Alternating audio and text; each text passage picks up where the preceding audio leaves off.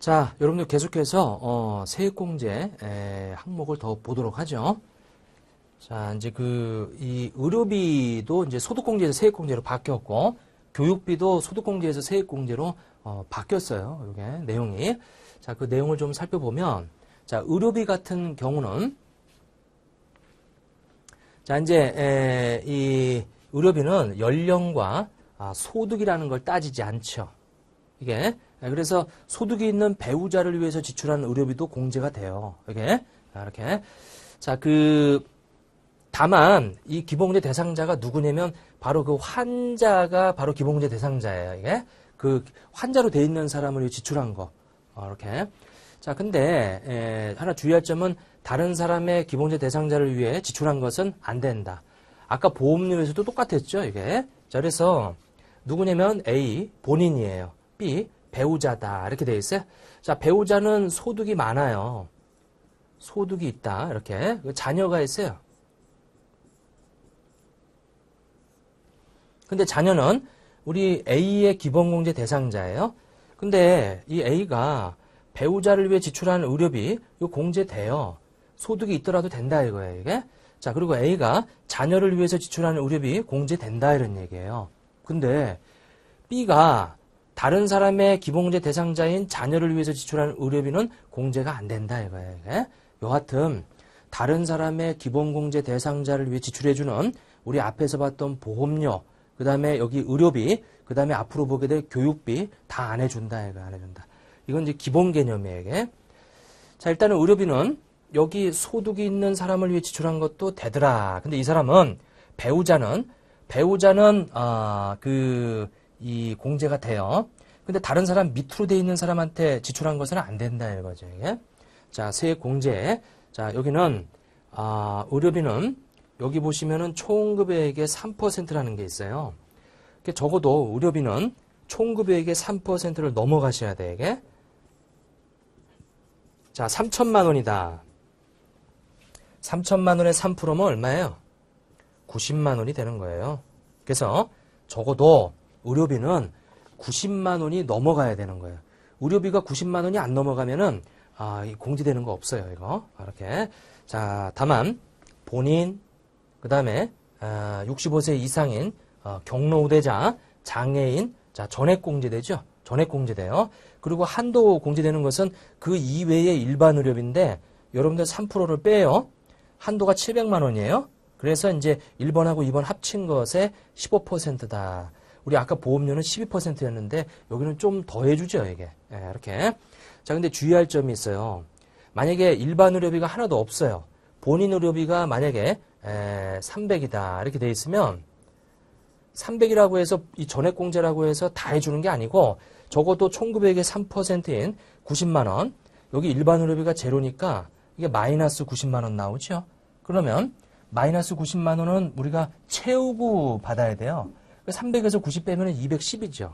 그래서 210만 원 가지고 거기에 15%를 공제한다. 즉 말해서 혼자 사는 사람은 의료비가 발생하면 자기 총급액의 3%를 커버하고 전액 공제다라는 거, 전액 들어가서 15% 된다라는 거, 그것만 좀 주의하시면 되겠네요. 자, 이제 공제 대상 의료비 뭐 이런 거 참조하세요. 이런 거 다 된다 이거예요. 다만 시력 보정용 안경 콘택트 렌즈 50만 원까지 됐죠. 자, 여기서 중요한 것은 시력 보정용이에요. 시력 보정용이 아닌 뭐 선글라스라든지 이런 것은 안 되는 거죠. 이게. 그래서 이제 시력 보정용 안경 콘택트 렌즈 한도가 50만 원이다. 자, 그리고 우리가 간소화 서비스에서 확인되지 않는 것은 반드시 이런 거는 그 안경점에서 영수증을 달라고 해서 받든지 이렇게 하셔야 돼요. 이게 진찰 진료 질병 예방차 지급하는 거 다 돼요. 자, 요거 요양을 위한 의약품. 자, 중요한 것은 이 치료 목적 요양을 위한 의약품이에요. 건강을 위한 건강보조식품 이런 거는 안 되는 거죠, 이게. 자, 장애인 보장구 이런 것도 만약에 영수증 같은 거 받을 수 있으면 받아라 이런 얘기예요, 이거. 자, 공제 불능한 의료비, 미용 성형 목적 수술비, 건강증진을 위한 보약이다, 의약품. 자, 해외 의료비 안 해준다. 이런 것들은 이제 못 받는다 이런 얘기예요, 이게. 그래서 이제 여러분들이 우리 의료기관에서 치료받고 그러면은 웬만한 것들은 다 간소화 서비스에서 다 출력해서 받을 수 있어요. 그런데 이제 그렇지 못한 만약에 확인되지 않는 것들은 반드시 여러분들이 개별적으로 영수증을 받으셔야 된다. 자, 의료비 세액공제 뭐 이렇게 되어 있고, 자 이제 그 다음에 자 이제 절세 포인트다 이렇게 나와 있는데, 그 다른 사람의 기본공제 대상자를 위해 지출한 것은 이거는 공제가 안 되기 때문에 그거는 잘 생각하셔서 이것도 지출이 돼야 되게 받을 수 없어요. 소득이 있는 배우자를 위해 지급한 의료비는 공제가 가능하죠. 따라서 근로소득자 본인의 기본공제 대상자를 위해서 몰아서 지출해 줘라라는 얘기죠, 이게. 그래서 배우자가 만약에 나의 기본공제 대상자인 자녀를 위해 지출하는 것은 내가 지출해야 공제가 되는 거지, 배우자가 지출하면 공제가 안 된다 이런 얘기예요. 그래서 그런 것들은 좀 잘 조절을 해서 지출을 하셔야 되고, 실업보존형 안경코드 렌즈 영수증 반드시 받아라 이거죠. 받아라. 그래서 이제 공제를 받아야 되겠죠. 자, 본인이면은 50만 원까지면은 이제 15%면은 그게 얼마예요? 그러면 7만 5천 원 세액에서 빼주는 거 아니에요, 이게? 챙겨라, 이거 챙겨라. 그리고 세 번째는 의료비 세액공제도 근로자만 받을 수 있기 때문에 원칙적으로 요거는 근로기간에 이 지출한 의료비만 공제가 된다. 진료 기간 하고 상관없이 실제 지급일, 이 지급일 기준으로 우리가 그 판단해야 돼요. 진료받은 기간이 아니고 지급한 기일로 해서 판단해야 되니까 그것이 근로기간에 들어갈 수 있도록 자 이제 그렇게 돼 있고, 자 의사 처방전 없이 약국에서 이제 여러분들 그 이 상품처럼 사는 거 있죠. 그것도 반드시 구입하는 경우는 간이 영수증이라도 받아라 이거지. 받아라. 공제가 되기 때문에 반드시 보관 제출해야 된다 이런 얘기예요. 이것도 가능하다 이거죠. 의약품 이렇게 돼 있고, 자 그다음에 5번 의료비 세액공제 했을 때 이거 그 카드로 쓰시면은 신용카드 공제도 되고 의료비 세액공제도 돼요. 이중공제가 되더라라는 얘기예요. 중복 적용 돼요. 근데 우리 앞에서 봤던 월세액이라든지 그 다음에 이제 보험료 세액공제는 카드 써도 안 되죠. 중복 적용 안 되고. 자, 의료비 지출 가급적 신용카드 등을 사용해야 된다. 자, 이렇게 돼 있고. 자, 의료비 세액공제는 소득을 안 따지기 때문에 신용카드는 소득공제는 소득을 제한한다. 의료비 세액공제는 소득을 제한하지 않죠. 근데 신용카드는 우리 소득 이거 제한하죠, 이게. 그래서 이제 이렇게 좀 주의해서 지출을 해주자라는 얘기예요. 자, 이제 됐고. 자, 이제 교육비 세액공제 내용인데, 자, 교육비 세액공제는, 여기, 보시면, 이게 지금, 나이 있죠? 나이는 안 따져요. 나이는 안 따지는데, 이 나이 안 따지고, 이제 소득만 따진다. 소득만 따진다. 소득을 따진다. 자, 이제 돼 있고, 여기 보시면은, 아까도 마찬가지지만은, 요거, 다른 사람의 기본공제 대상자를 위해 지출한 금액은 안 해준다. 지금 이런 게 뭐가 있었어요? 뭐 보험료도 있었고 의료비도 있었고 그다음에 교육비예요. 교육비 안 해준다 이거죠. 자, 근데 여기 직계 존속을 제외한다. 우리 부모님들이 어디 대학 간다. 그 교육비 공제 안 해줘요. 위로는 안 해준다 이거죠. 위로는. 자, 그다음에 세액공제, 교육비 세액공제는 여기 밑에 보면 본인은 한도가 없어요. 한도가 없다. 근데 대학생은 900만 원이고요. 초등학교 취약 전 아동, 그다음 초중 고등학교 300만 원까지 이제 이 인원수대로 한도가 있죠. 자, 장애인 특수교육비는 이제 소득도 제한 안 해요. 이게 여기는 소득을 제한하는데 그래서 이제 직계 존속도 포함하죠. 이게 한도가 없어요. 장애인 특수교육비는. 그래서 이제 그렇게 해서 이 공제되는 금액에 해서 15% 곱한다. 15% 곱한다. 여기 위에는 실제로 지출한 거고 여기는 한도예요. 그래서 둘 중에 작은 거 해서 15%를 곱한다. 자, 이렇게 돼 있죠. 자, 이게 이제 교육비 세액공제에 대한 얘기고. 자, 이제 교육비 세액공제 지출되는 거 이 내용들이 있는데 요거 좀 참조를 해주세요.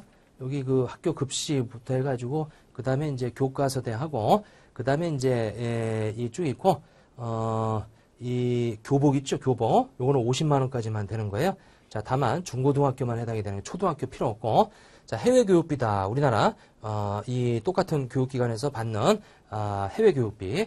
자, 이건 이제 자비 유학자하고 이제 특례 유학자만 해당이 되더라. 자, 이게 뭐냐면 자, 중학교 이하는 이 요건을 갖춰야 돼요. 중학교가 넘어가는 이제 고등학교 이상부터는 요건이 없어요. 고등학교 이상 교육비는 해외 교육비 해줘요.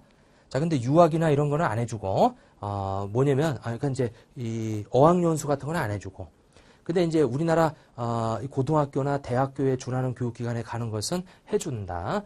자, 여기 그 중학교 이하는 자비. 이건 뭐냐면, 우리나라 교육을 적어도 중학교 졸업장은 따고 가야 돼요. 그래야지 교육비 공제 해줘요.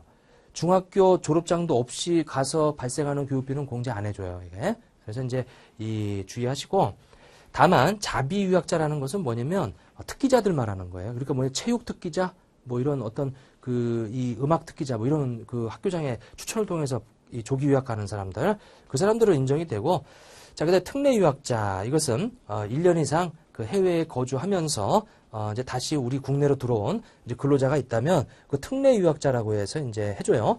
뭐냐면 이제 해외에서 파견 가서 거기서 일을 했어요. 그러면 자녀가 거기서 학교를 다녀요. 그러고 나서 이제 그 사람은 다시 우리 국내로 왔어요. 그러면 이제 그 자녀는 거기서 그 학업을 계속 이어나가잖아요, 이게. 그러면 적어도 1년 이상 해외 거주했다가 이렇게 왔다면 특례 유학자로 해서 교육비 공제 해주겠다. 뭐 그런 얘기죠. 교육비 세액 공제 대상 되고. 자, 그 다음에, 이 절세 포인트라고 하게 되면 이제 교육비도 마찬가지인데 근로기간에 지출한 것만 해주다 보니까 근로기간이 아닌 기간에 지출한 것은 안 해준단 말이에요. 반드시 근로기간과 납부 시기를 좀 가급적 맞춰주자. 자, 교육비 영수증, 학생은 반드시 기본공제 대상자여야 되겠죠, 이게. 자, 타인의 기본공제 대상자, 이거 마찬가지예요. 교육비 지출 안 되니까 반드시 내가 지출해야 돼, 내가 나의 기본공제 대상자를 위해서. 취약전 아동은 이거 사설학원비하고 체육시설비가 이 교육비 세액공제도 되지만 신용카드 소득공제도 모두 가능해요. 이중공제가 가능하기 때문에 반드시 신용카드 등을 쓰시라 이렇게 되어 있고, 반드시 이제 본인의 기본공제 대상자로 해서 이제 연령 제한 없죠. 소득 제한만 있고 지출되어야 한다라는 얘기예요. 이렇게. 자, 그래서 이제 뭐 요 정도 체킹을 좀 하시고. 자, 그래서 이제 또 세액공제로 전환된 거 한 2가지 봤어요. 그 다음에 이제 또 그 다음 거 이제 좀 쉬었다가 보도록 하죠. 자, 좀 쉬었다 하겠습니다.